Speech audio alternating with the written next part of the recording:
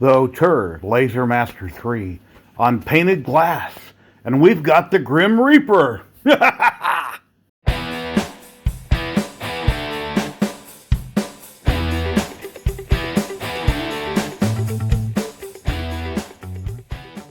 Hey, welcome back everybody. Today you're watching 3D HP, and I've got the Laser Master 3 by ORTUR in the mail. Let's open it up and see what we got in the package. Didn't cut that all the way through. Let me grab my knife and whack that again. And most of this video I'll be time-lapsing it. I'll speed it up so you don't have to sit there forever and ever watching it. But wow, that's nice. Of course, as always, it's packaged very well. Let's get everything laid out and see what we got. Alrighty, here's all the parts. Okay, we have a power brick there, a nice long cord on both sides. 110 for the US. We've got orange safety glasses this time. It's recommended to go buy a nice pair off Amazon. A little tool kit. It's got the idler pulleys and all the bolts and wrench and the keys for it that you need. Wi-Fi antenna. It screws into the side. An instruction manual in 3 different languages. We've got an air hose for air assists. And we've got some connector cables here for wiring up the laser. And for their assist, there's a little idler valve and a coupler if it's needed. And we got some more wires there for hooking everything up. And an accessory pack of some wood, little metal card, zip ties. And there is a 10-watt laser module. It has two 5.5 watt lasers with a combining lens. Make it a little, right around 10 watt, a little over 10 watt. And then we got our USB cord, which is you need to hook up an extension to run your PC. A couple belts there for it, for hooking up both sides. And on the front we got a power switch, a safety key. You can lock it and unlock it so nobody can use it, and an emergency stop button. And it's very nice looking metal. It's a 70% aluminum, 15% stainless steel, 5% plastic, 5% brass, and other materials. And in the back, for a rotary, you just plug it in, flip the switch. Now, I got this sped up real fast here. You put one M4x8 bolt in each corner to connect it. You run the wire down the channel there on the side, which I didn't show, through to the front. And put on the X gantry, slide it down both sides. Put the M4x8 bolt in the front on both sides. Yeah, I thought about cutting all this out, but you know, people sometimes like seeing assemblies. Now we're going to hook up the belt. You hook it, you got to kind of loop it in your hand, and you hook it in there and you hook it on the stepper gear. Might take a second to get that. And then in a minute I'll show you a close-up here where you hook it up on the other end. I'll zoom in on that.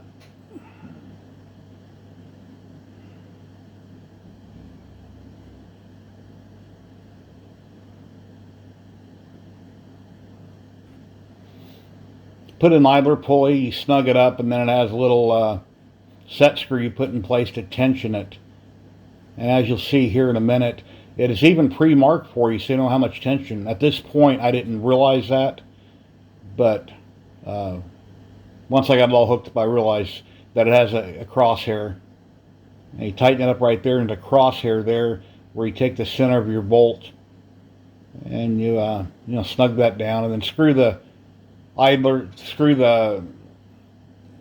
set screw in all the way till it's centered on the bolt. Then you go back and you can tighten that up, and you're good to go. And there's the other side before I put it on.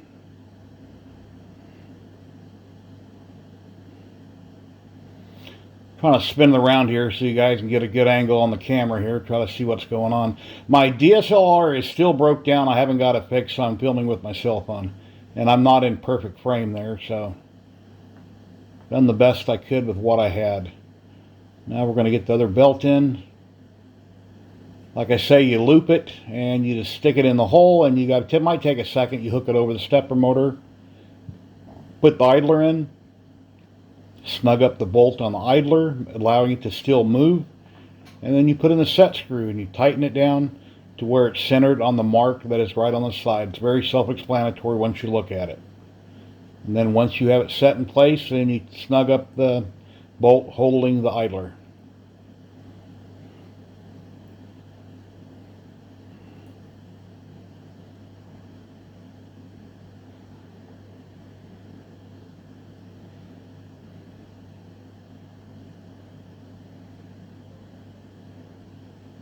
Yeah, see, I'm checking the tension on it. Like I said, I'm not realizing I didn't need to do that. Once you set it where they want it. And as you can see the crosshairs, I don't have it quite there yet. And then the belt simply slips into the track there. It grabs it. The teeth grab it to align it.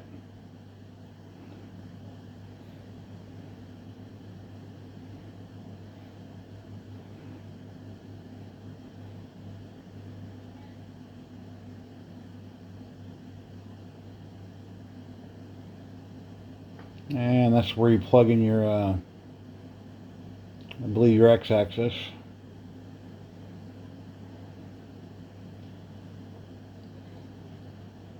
Okay, let's get the wires hooked up for the laser modules. Hook the rest of them in. They're self-explanatory.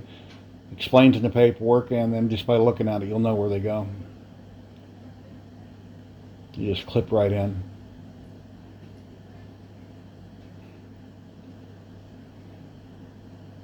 Trying to get it positioned properly. Plug in that stepper motor down there for the Y-axis.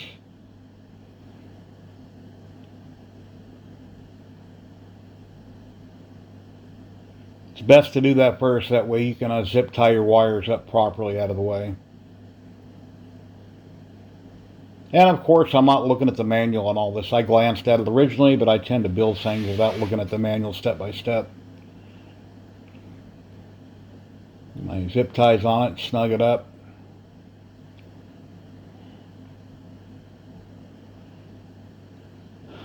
Clip off excess, and then run the rest of the wire right over to the head. Got one plug. They're clearly marked. And it's got a couple more zip ties you put in real quick.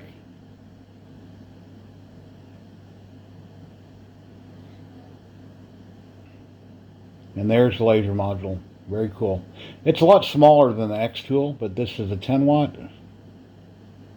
The cover, you just squeeze it to pull it off. So I can get that plastic off. And there's the air assist nozzle there. Here, let me unscrew it and show you the lens.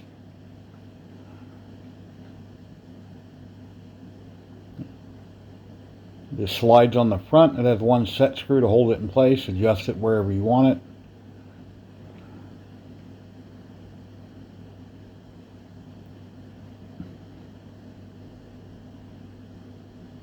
And it's slotted. It's very easy to know which way to put it in. It just presses in place. Okay, here on the front, you put a bolt in there on each side. There are no limit switches. It just comes up, hits the two bolts, and it stops. Now, if for some reason one side doesn't hit and the other side does, simply take off the belt underneath that's on the X gantry and move it to a different slot. When I originally did this, I had it off where the left side wasn't quite touching, so I had to flip it over and readjust it. There's the antenna, just easily screws right in for Wi-Fi, and it'll turn down out of the way if you don't want it up. And there's a key. If you don't want your kids playing with your laser or anybody using it, just take the keys out of it. And then when you come up to use it, turn the key on, press the start button, make sure that the buttons, you got to turn it, the emergency stop switch, that way it will work. Okay, I'm going to run a test grid I got off of Etsy a little bit ago and give it a shot. I dropped it in. I resized it, and let's see how it does.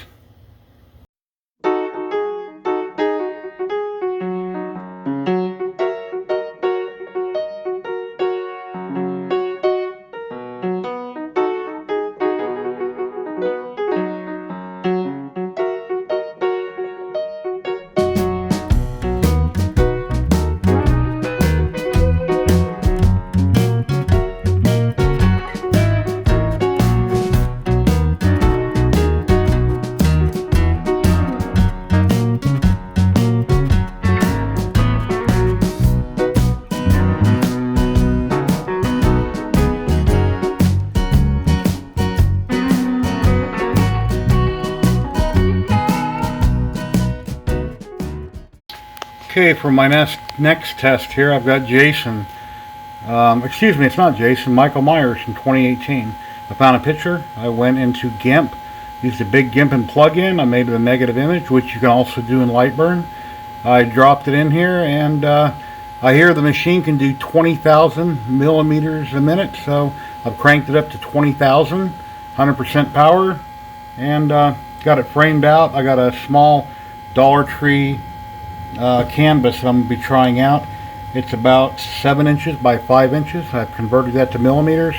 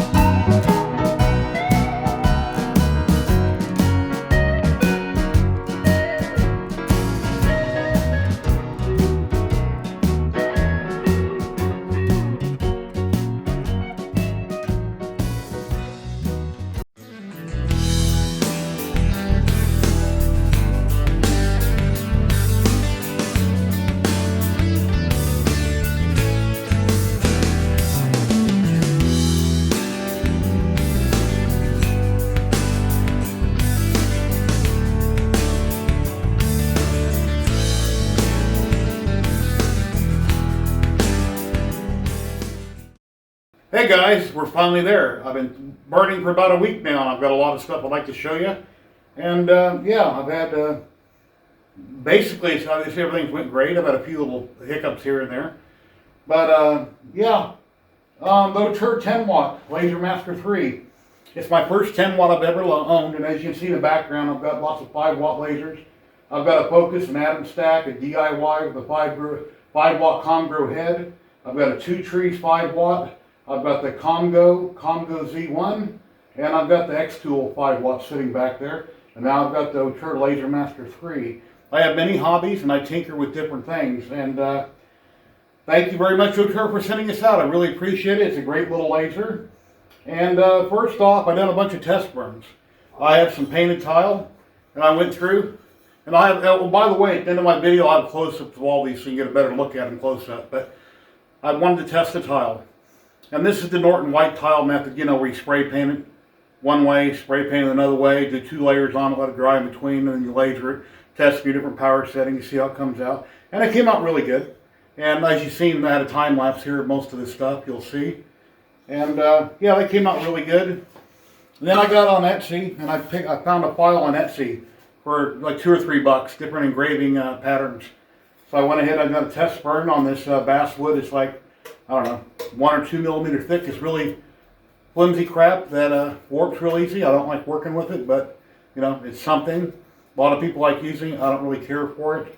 I've done some test burns there on it. And then on Etsy also, I went and bought this Dragon Bitmap. They had already had a dithered or a regular BMP file, so I tried with the dithered version. I just dropped it on Lightburn to see how it would come out. And as you can see here, we got 20,000 speed, 100% power. You can barely see it, but it was really zipping along fast at 20,000 millimeters a minute. And then here it's 20,000 at 2,000, 80% power. It burned pretty dark. And then on the back here, here's 5,000 at 80%, 6,000 at 80%. Just going through trying to see which one would come out good for me so I could try something on, you know, make it a little bit bigger on a different type of material. And then here I've got one 2,000%. Let's see, 2,000 millimeters a minute, 60% power. It was a negative image in Lightburn. I used Jarvis, pass through, turned off. And I think this was the original PNG file, not bitmap, that I had also bought from them. And I think this one came out the best. And then down here, this was a negative image, 2,000, 60, and Jarvis. Came out really good. And here's 5,000, 80%. These two were their files that they had already had pre-dithered. And you can see all these like little dots, these little marks, didn't really come out that good. So up here, I simply took the file, dropped it in Lightburn. You know, you can use GIMP and the big GIMP and plug-in if you want to. It's not necessary with Lightburn. It works perfectly fine. You don't need to even use that. Yes, I have it. Yes, I paid for the plug-in a long time ago, like an extra 15 or 20 bucks for the big GIMP and plug-in, but you don't need it. Just drop it in Lightburn. You can do everything for you right there in Lightburn. So,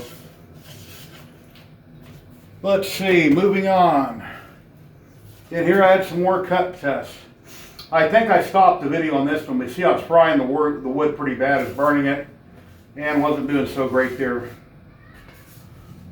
Yeah, power levels were cranked way up on that. And they're doing like 4, 6, and 8 passes. Like, nope, I got to stop this. That's just getting too hot. I'm frying everything. And then down here on this one, they came out really good. Have my different cut powers anywhere from 20% up to 100%. And you know, as you can see, down here at the very bottom, it started to come through. That line was 180 millimeters a minute, 100% power, 2 passes. It almost cut completely through. And I'll throw it on the screen, but I think this is like 4 millimeter thick. I think it's Baltic birch, I'm pretty sure. I bought this at Lowe's. You can get it like in like 2x3 sheets of it, Baltic birch. I believe that's what that is.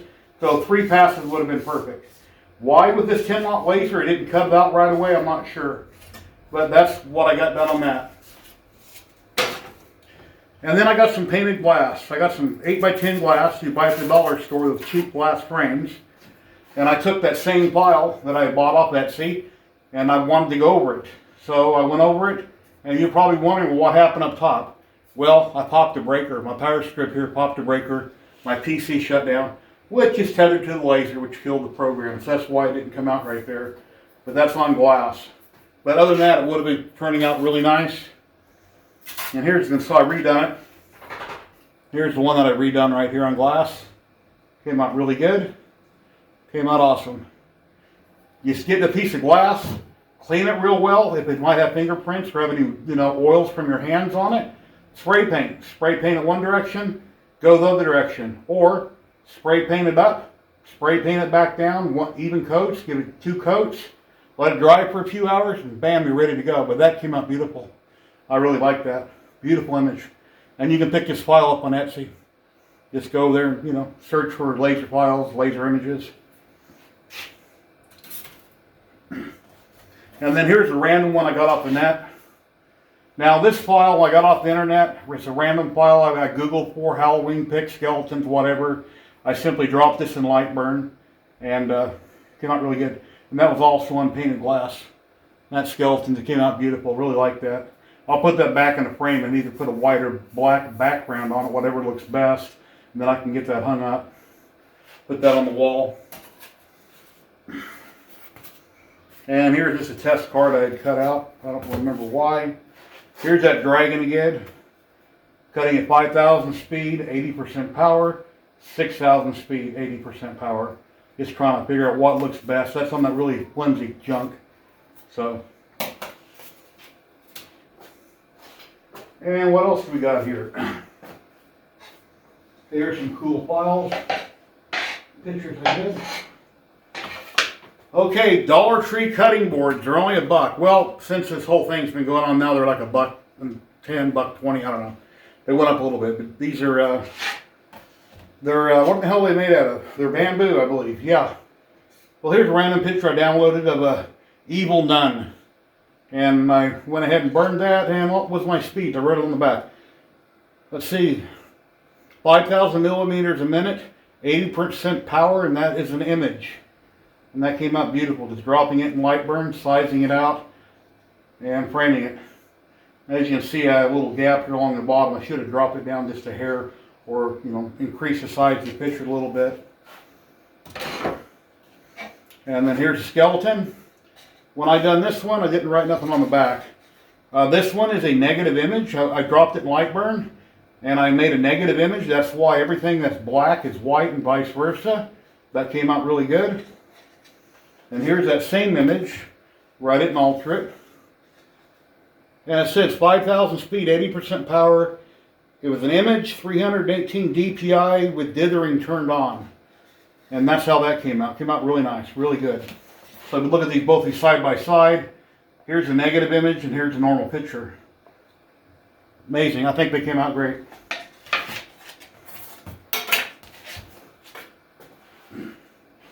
And then I figured, well, I've never done a puzzle with none of my diodes. Let's do a puzzle.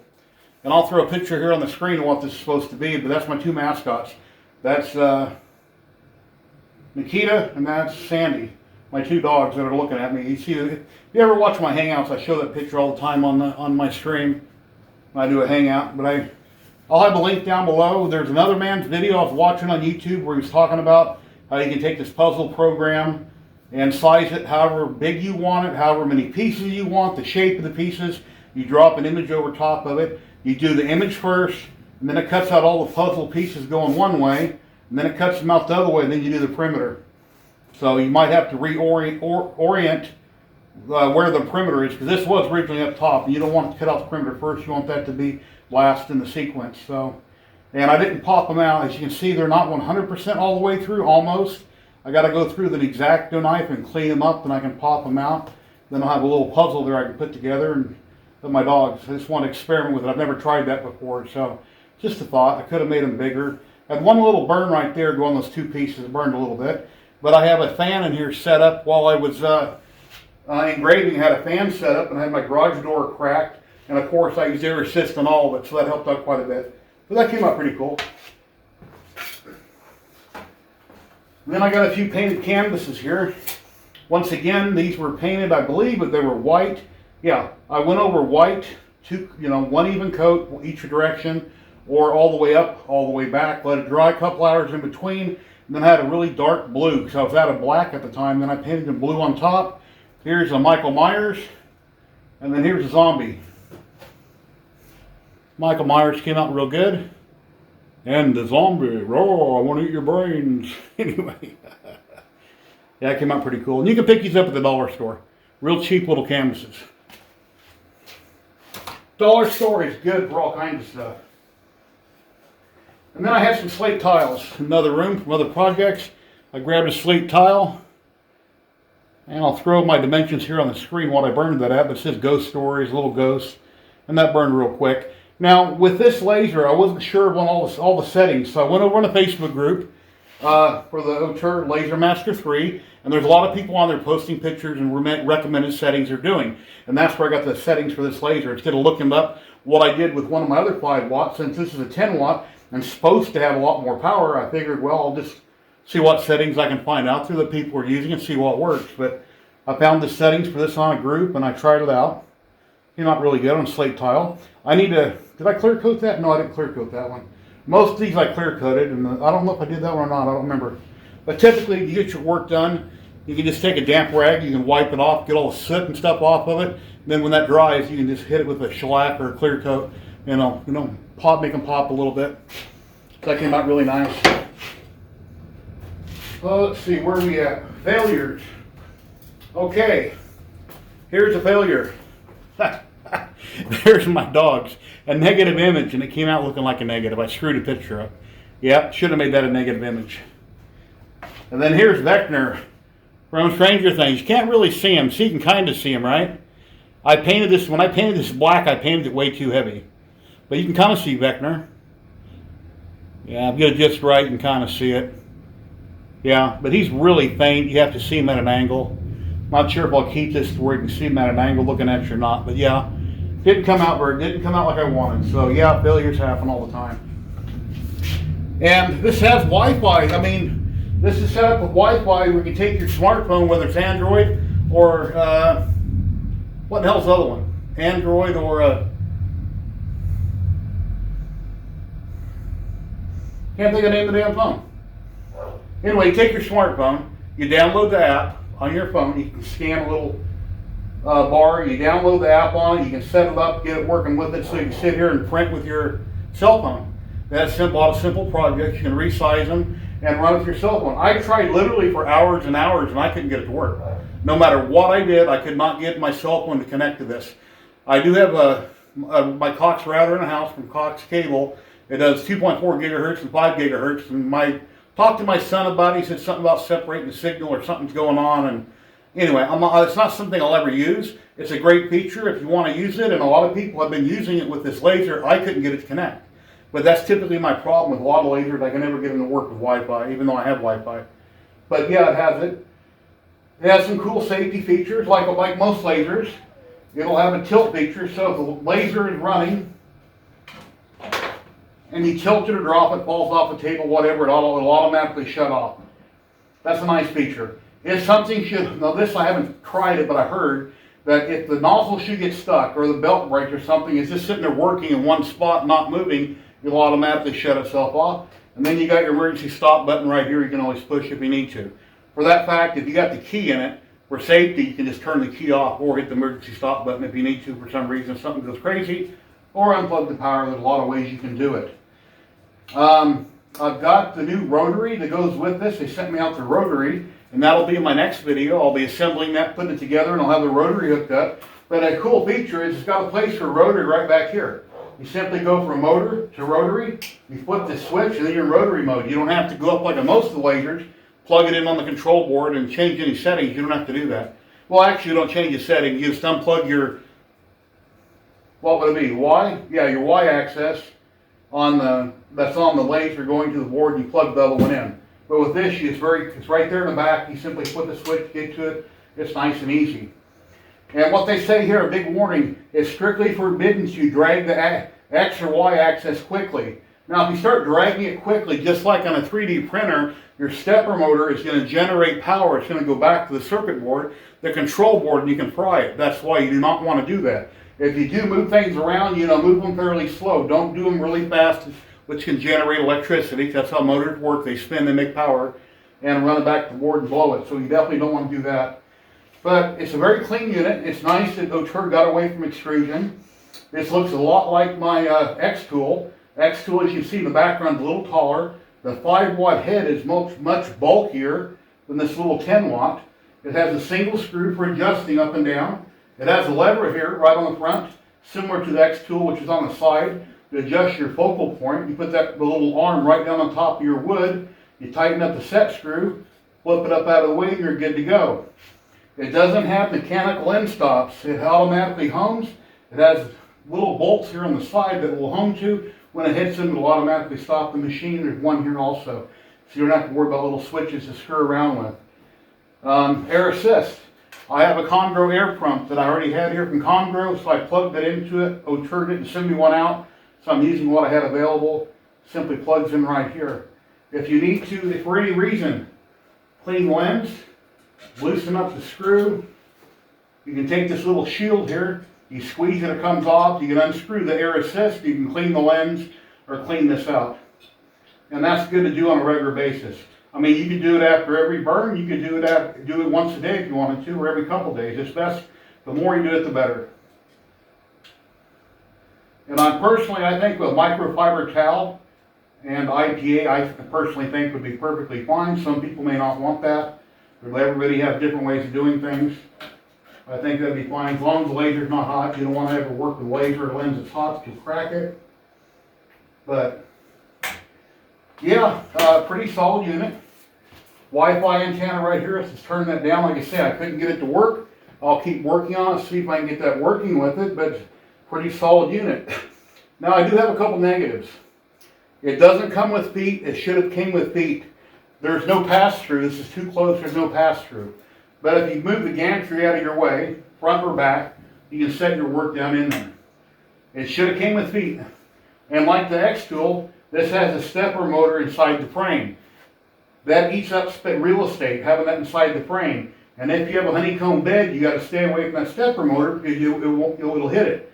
So you got to work with a smaller honeycomb bed, or have a really big honeycomb bed, or have this thing jacked up in there so you can put anything underneath it. Not a big deal. They wanted the Slate design, that's why it's there. I can live with it, but that's just a con for me. I wish they hadn't done that. Now, as far as for feet, they do sell feet for this, and they were on sale. They're 80 bucks. Wow, what a deal! You get 4 legs, some screws, and an Allen key for 80 bucks. Normally like 100. No. If I was made of money and I didn't have a 3D printer, hey, that might be a great option for me. But like I say, they should have came with it automatically. But if you look over on Thingiverse, there's a few files over there on Thingiverse. Look, legs. And I happen to have some carbon fiber laying around. PLA would work perfectly fine. I went with carbon fiber because I have it. It looks nice. I've got legs right here that'll mount underneath it, all 4 corners. There's already screw holes where you put little tiny bolts in to hold them. And then when you're not using them, they simply fold up under the machine like that. So it'll work perfectly easy. So to me, you know, ORTUR, you should have included legs. People shouldn't have to pay extra for every little thing. But you know, you do what you do for whatever reason. It's your company. But I think they should have been included. But like I say, if you have a 3D printer, most of us has 3D printer. We're into a little bit all kinds of things. You can print your own. Go to the big box store, buy some nuts and bolts, and wham bam, there you go. So take care of that. And then Congrow sent me out their air assist. I have to put it together. So I think I'll start out my next video putting this together. I'll put the legs on it in the video, then I'll jump into burning on some bottles, tumblers, and things like that, and try out the new rotary. But yeah, I think it's an awesome unit. I have a ton of footage that I put together from this throughout the week, and some more things I wanted to do, but I can only cut it down so much. It's going to take me a long time to edit all this and put it together. I really hope you liked the video. Please like, subscribe, and share. I'd really appreciate it. And like I said, yeah, I figured I cleaned up part of my garage the other day, and I figured my diode lasers are hanging in the house in my other hobby room on the wall. Most of them don't get used very often. Why not put them out here where I can see them, show them in videos, and I can randomly use them so I can easily access them. And I run Lightburn only. I don't use laser Gerbil. Only Lightburn. It's the best program on the planet. And I just tether a USB cord over to wherever I'm working to work with that machine. But yeah, very cool little laser. I'm so thankful I got to try it out finally. It's got a 400 by 400 work area. I'll put some specs here on the screen. 20,000 millimeters a minute. This thing can really jam. It really gets going fast if you need it to, depending on what you're engraving or burning. It will cut. I haven't done any cut tests with it other than with some really thin wood. But most of the time, you want to use a diode for engraving. You know, if you want something that cuts, get a CO2 laser. This will do it on a, you know, just to kind of hobbies, tinkering around a little here, a little there, but it's not designed for specifically cutting. It's designed for engraving and making some cool pictures and projects. So have the right tool for the right machine. So anyway, then the little booklet that comes with it, it explains how to put it together. Simple enough, no big deal. And I'll show you their website here, and I'll show you on Amazon. We'll jump over there on Amazon real quick, and I'll show you, see what we can see on it. My dogs are out back making noise. It's kind of irritating me. Or somebody's dog's making noise. Anyway, yeah, please like, subscribe, share. I really appreciate everybody. Until the next ORTUR video, thank you very much. And check out these pictures. All the things here I showed you. I'll show you some close-ups, and I'll see you later. Bye-bye. Yeah, one other thing. Was it obvious to me that I'm using a 10-watt laser because I have all these 5 watts? No. If you would have given this to me and told me it was a 5-watt laser and I started working with it, I would have believed you. Did I automatically notice a big difference when I burned or cut anything? No, I didn't. So, but it says it's a 10 watt, so it's a 10 watt. My others are all 5 watts. So, take that with a grain of salt, but I didn't see a huge difference in power from the 5 watt to the 10 watt. So, but like I say, it's a beautiful machine. Let's check out their website right here, and I'll show you where they're at over on Amazon. Look at some specs, and that's about it.